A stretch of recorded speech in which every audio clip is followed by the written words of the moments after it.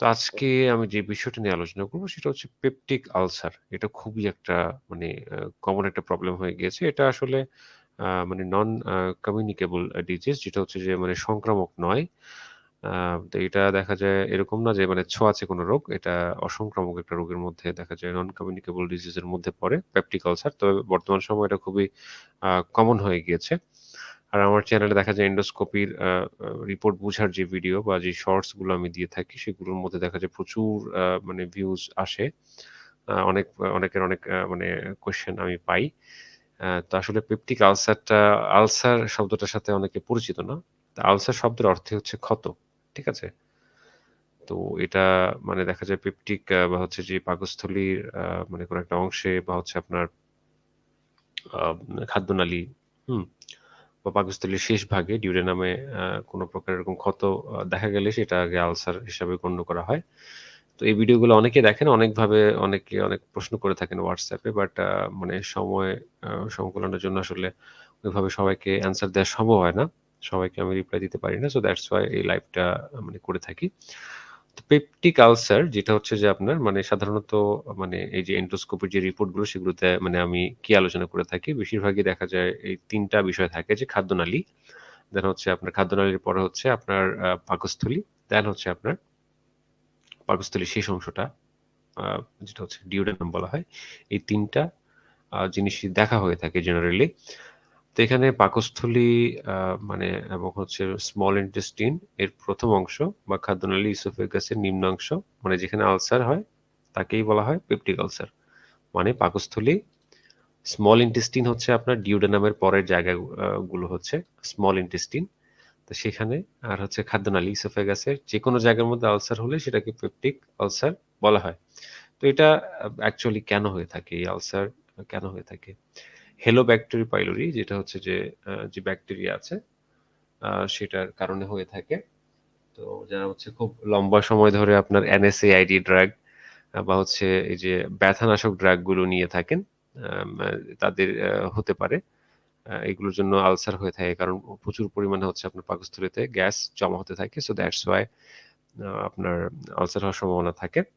তো Helicobacter pylori যে bacteria আছে সেটা মানে ক্রমান্বয়ে হচ্ছে পাকস্থলীর যেই ওয়াল আছে সেটাকে মানে ক্ষয় করতে থাকে। তো বিশ্বের শতকরা প্রায় মানে দেখা যায় ৪ ভাগ লোক আপনার এই রোগে আক্রান্ত হয়ে থাকে। যার মধ্যে হচ্ছে প্রতি লক্ষে মানে প্রতি লাখে হচ্ছে আপনার একজনের মৃত্যু হয়ে থাকে আরকি। তো এটা থেকে আসলে মানে দেখা যায় ইয়ে থাকতে হবে, সচেতন থাকতে হবে আরকি।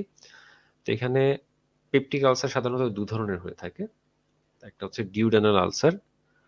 ডিউডেনাল মানে ডিউডেনামের যে পার্ট, আ ডিউডেনামের পার্ট মানে হচ্ছে যে আপনার পাকস্থলীর শেষের অংশে হয়ে থাকে। দেন হচ্ছে গ্যাস্ট্রিক আলসার হচ্ছে যেটা হচ্ছে পাকস্থলীতে হয়ে থাকে সরাসরি, সেটা হচ্ছে গ্যাস্ট্রিক আলসার। তো এখন আসুন যে মানে যে রিস্ক ফ্যাক্টর গুলো আলোচনা করি, যে এটা কেন হয়ে থাকে? মানে কখন এটা মানে দেখা যায় খুব মারাত্মক আকার ধারণ করতে পারে, কারণগুলি। তো এখানে অনেক ক্ষেত্রে যেটা আমি একটু আগে বললাম যে হেলিকোব্যাক্টার পাইলোরি যে ব্যাকটেরিয়া আছে সেটার কারণে হতে পারে। দেন হচ্ছে non steroidal anti inflammatory drugs, মানে যেটা হচ্ছে ব্যথানাশক ড্রাগ।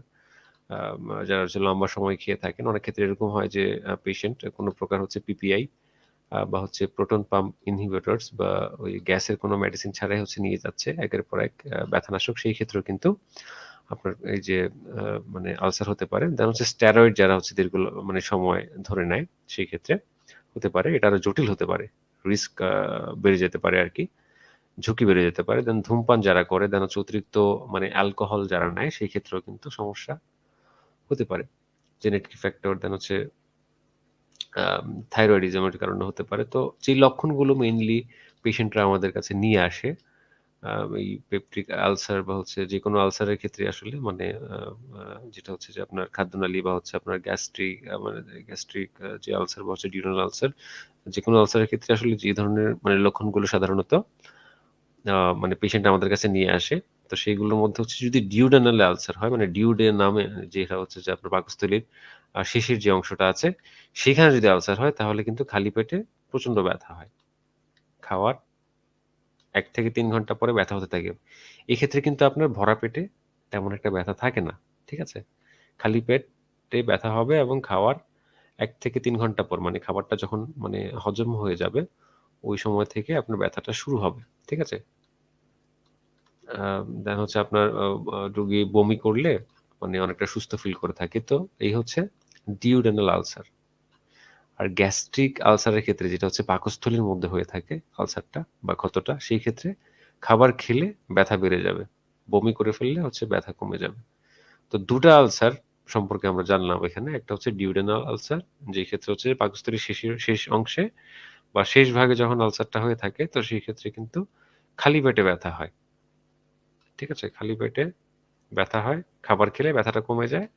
দেন খাওয়ার ১ থেকে ৩ ঘন্টা পরে যখন হচ্ছে পেট খালি হয়ে যায়, তখন আবার ব্যথাটা আ বেড়ে যায়। ঠিক আছে? আর গ্যাস্ট্রিক আলসারের ক্ষেত্রে, যে ক্ষেত্রে হচ্ছে পাকস্থলীতে আপনার আলসারটা হয়েছে, সেক্ষেত্রে হচ্ছে খাবার খেলে ব্যথা বেড়ে যায়। আর বমি করলে হচ্ছে ব্যথাটা কমে যায়। দেন আরো কিছু গুরুত্বপূর্ণ মানে ইয়ে থাকবে, বমি, বমি ভাব থাকবে। দেন হচ্ছে বমি হবে, বুক জ্বালা করবে, যেটাকে হার্টবার্ন বলা হয় আরকি। মানে গলার মধ্যে ঢেপ মানে মেরে থাকবে। দেন বারবার ঢেকুর আসবে। আর ঢেকুরের সাথে টক এরকম ফিল হবে পেশেন্টের। দেন হচ্ছে পেট ফাঁপা থাকবে। দেন হচ্ছে আপনার চর্বি জাতীয় যে খাবারগুলো আছে সেগুলো হজম হবে না। আর দেখা যায় পেশেন্টের ওজন কমতে থাকবে, কারণ আ খাবারগুলো ঠিকমতো অ্যাবজর্ব হওয়ার সুযোগ থাকে না।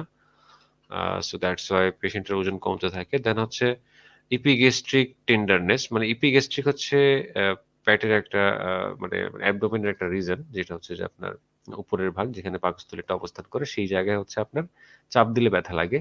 জেনারেলি হচ্ছে আমরা এভাবেই মানে এক্সামাইন করে থাকি পেপটিক আলসার পেশেন্টদের। দেন হচ্ছে কখনো হচ্ছে আপনার রক্ত বমি দেখা যেতে পারে। রক্ত বমি করে থাকে। দেন হচ্ছে কালো পায়খানা। পায়খানাটা অবশ্য কাদার মতো হয়। পেশেন্ট আমাদের কাছে এসে বলল যে পায়খানাটা কাদার মতো হয়। তো যেই জটিলতাটা গুলো মানে যে জটিলতাগুলো আছে সেগুলো আমি অলরেডি বলে ফেলেছি। তারপরেও দেখা যায় যদি এই যে মানে রক্ত যেতেই থাকে বমির মাধ্যমে, তো সেক্ষেত্রে এটা খুবই রিস্কি হতে পারে। আলকাতরার মতো পায়খানা অনেকটা মানে দেখা যায় মানে একদম কালো পায়খানা হবে। কাদা কাদার মতো দেখতে। তো সেই ক্ষেত্রে কিন্তু রিস্ক মানে বেড়ে যাবে। দেন হচ্ছে অনেক ক্ষেত্রে মানে আ পাকস্থলী ছিদ্র হয়ে বা খাদ্যনালী ছিদ্র হয়ে হয় কি? আপনার খাবার মানে abdominal যে ক্যাভিটি আছে, মানে পেটের যে খালি জায়গাগুলো আছে, সেগুলো দিয়ে মানে সেখানে খাবারগুলো জমতে থাকে। তো সেই ক্ষেত্রে খুব মারাত্মক অবস্থা হতে পারে। পেশেন্ট শকেও চলে যেতে পারে। তো এই ক্ষেত্রে দেখা যায় ইমিডিয়েট সার্জারি ছাড়া উপায় থাকে না। দেন হচ্ছে দীর্ঘ সময় আলসারের যদি চিকিৎসা করা না হয়, সেক্ষেত্রে সেটা ক্যান্সারে রূপান্তর হতে পারে। তো আমরা জানলাম যে মানে গ্যাস্ট্রিক আলসার, দেন হচ্ছে ডিউডেনাল আলসার কি, পাশাপাশি এগুলোর লক্ষণগুলো কি, এগুলো আমরা জানলাম যে কোন ক্ষেত্রে হচ্ছে জটিলতা। বেশিরভাগ হচ্ছে জটিল করেই হচ্ছে মানে আমাদের কাছে পেশেন্টরা আসেন।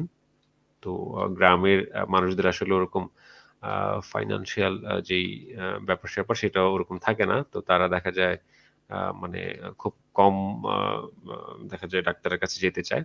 তো একটা রোগ দেখা যায় চাপা পড়তে একটা সময় এমন অবস্থা হয় যখন এটা চিকিৎসার মানে অবস্থা আর থাকে না। জরুরি অবস্থায় হয়তোবা আমরা অনেক সময় পেয়ে থাকি। বেশিরভাগ সময় এরকমটাই হয়ে থাকে। তো তখন মানে রেফার ছাড়া আর উপায় থাকে না। তো আর যেগুলো হচ্ছে যে মানে মোটামুটিভাবে মানে এই লক্ষণের সাথে মিলে যাদের, তারা সাধারণত মানে আমরা আ কিছু মানে পিপিআই বা হচ্ছে প্রোটন পাম্প ইনহিবিটরস কিছু মেডিসিন আছে, সেগুলো আমরা দিতে পারি আমাদের মেডিসিন লিস্ট অনুযায়ী। আর রেনিটিডিন একটা ওষুধ ছিল যেটা অলরেডি ব্যান হয়ে গেছে। আ ওটা এখন আর ইউজ হয় না। কিছু কমন মানে গ্যাসের মেডিসিন আছে, সেগুলি আমরা ইউজ করে থাকি। দেন যদি অবস্থার পরিবর্তন না দেখা যায় কিছুদিনের মধ্যে, সেই ক্ষেত্রে আমরা রেফার করে দিয়ে থাকি। তো যাদের আলসার হয়ে গিয়েছে আ মানে লক্ষণে মোটামুটি মানে দেখা যায় আন্দাজ করা যায় যে তার আলসারের সম্ভাবনা আছে। কনফার্ম হওয়ার জন্য তারা এন্ডোস্কোপি করতে পারেন। আর এন্ডোস্কোপি রিপোর্ট আপনি আ আ বুঝার জন্য আমার কিছু ভিডিও আছে, সেগুলো দেখতে পারেন। আর আরেকটা বিষয় হচ্ছে যে যাদের আলসার অলরেডি হয়ে গেছে তারা মানে ধূমপান কোনো মানে একদমই করবেন না। দেন যারা হচ্ছে অ্যালকোহল নেন বা মদ্যপানের সাথে যারা জড়িত আছেন তারাও সেটা নিতে পারবে না। দেন হচ্ছে ব্যথার ওষুধ তো খাওয়াই যাবে না। দেন স্ট্রেস ম্যানেজমেন্ট একটা ব্যাপার আছে। মানসিক চাপকে নিয়ন্ত্রণ করতে হবে।